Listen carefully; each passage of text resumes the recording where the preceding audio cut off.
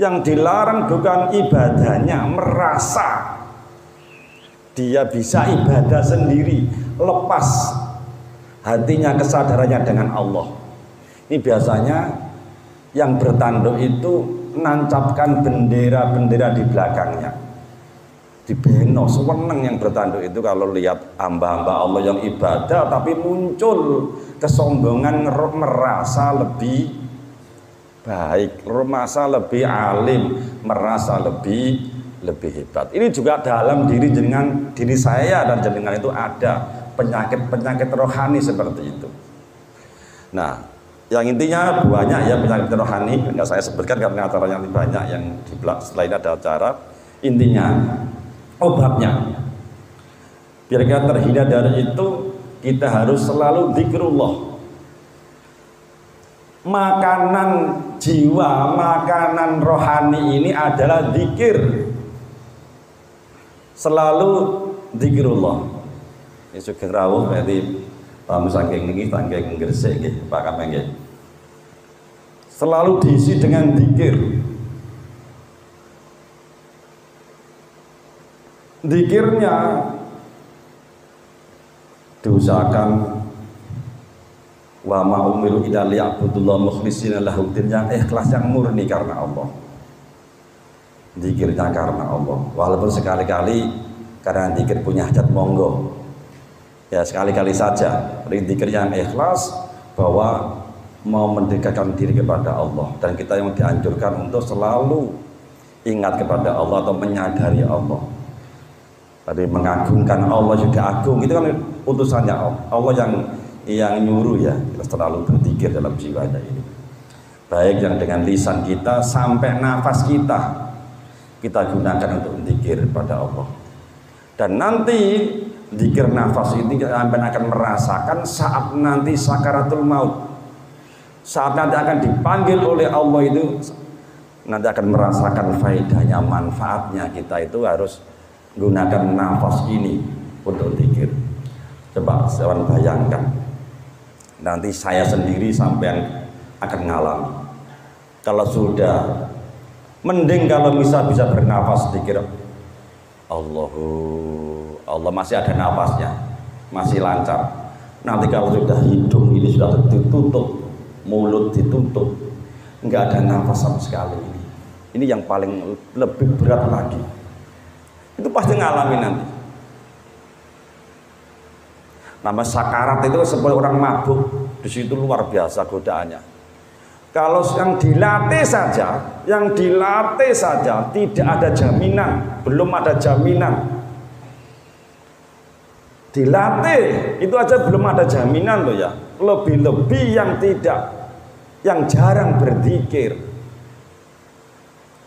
Saat dipanggil oleh Allah ini, kalau nggak ada pengalaman pernah meninggal, nggak akan tahu seperti ini. Ini praktek ini. Nanti kalau sudah ini mulutnya sudah tertutup, coba bayangkan hidungnya tertutup, nggak bisa bernafas, ini sulit bernafas ini. Ini hanya gunakan kesadaran saja. Jiwanya istidrak namanya, ngenol. Nah ini praktek nanti kalau nanti praktekkan ini. Karena sering kadang-kadang saya praktekkan dia. Ini hanya kembali pada Allah ini. Kalau masih ada nafasnya saja masih mending, mudah masih zikir dengan nafas ini kesadarannya. Tapi kalau sudah tertutup kan sangat sulit ini kalau orang nggak ahli zikir. Saat itu nggak dibutuhkan sampai mengingat dunia, sampai mengingat apa yang sampai andalkan, tambah sakit itu. Misalnya sampai ingat apa, misalnya saya masih punya hutang misalnya, atau sampai ingat anak istri, atau sampai ingat amal apa yang sampai kerjakan apa, tambah sakit itu. Itu kemelekatan yang saya pikirkan itu saat sakaratul maut itu sangat. Di situ hanya harus kembali pada Allah. Kalau dengan zikir, dengan sholawat agak ringan gitu loh. Tapi masih belum jadi obat. Harus idrak, bisa kembali pada Allah. Diserahkan semua, nol. Yang ada hanya Allah. Kembali semuanya kepada Allah. Itu saat sebentar itu menentukan husnul khotimah atau su'ul khotimah. Seretan itu saja itu.